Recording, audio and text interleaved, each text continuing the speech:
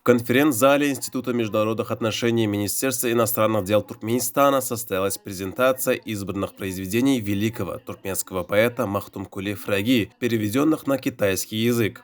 В своем выступлении чрезвычайный полномочный посол Туркменистана в Китае Парахат Дурдыев подчеркнул глубокую значимость данного события для двух дружественных стран. Он отметил, что перевод произведений Махтумкули на китайский язык способствует еще большему сближению народов Туркменистана и Китая.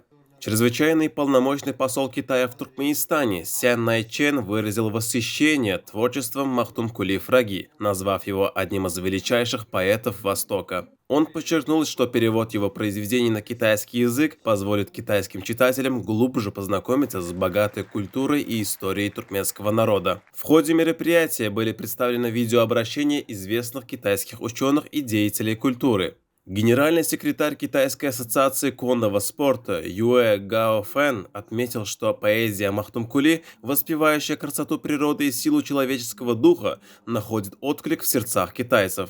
Профессор Дай Гуизун, декан факультета русского языка Пекинского университета иностранных языков, подчеркнул важность изучения культурного наследия других народов для развития межкультурного диалога. Сердар Машарыков, старший научный сотрудник Северо-Западного университета Китая, рассказал о своих исследованиях, посвященных Великому Шелковому пути и его роли в культурном обмене между народами Востока и Запада. Презентация книги стала ярким событием в культурной жизни двух стран и вызвала большой интерес у широкой общественности. Перевод произведений Махтумкули на китайский язык – это не только дань уважения великому поэту, но и важный вклад в укрепление культурных связей между Туркменистаном и Китаем.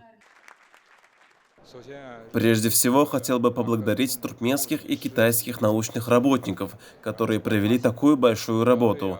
Перевод на китайский язык произведений Махтумкули Фраги поможет китайским читателям больше узнать об этом великом мыслителе. Это также поможет лучше узнать историю туркменского народа. Перевод произведений Махтумкули Фраги на китайский язык – это большой труд, и я еще раз хотел бы поблагодарить всех, кто принимал участие в данной работе.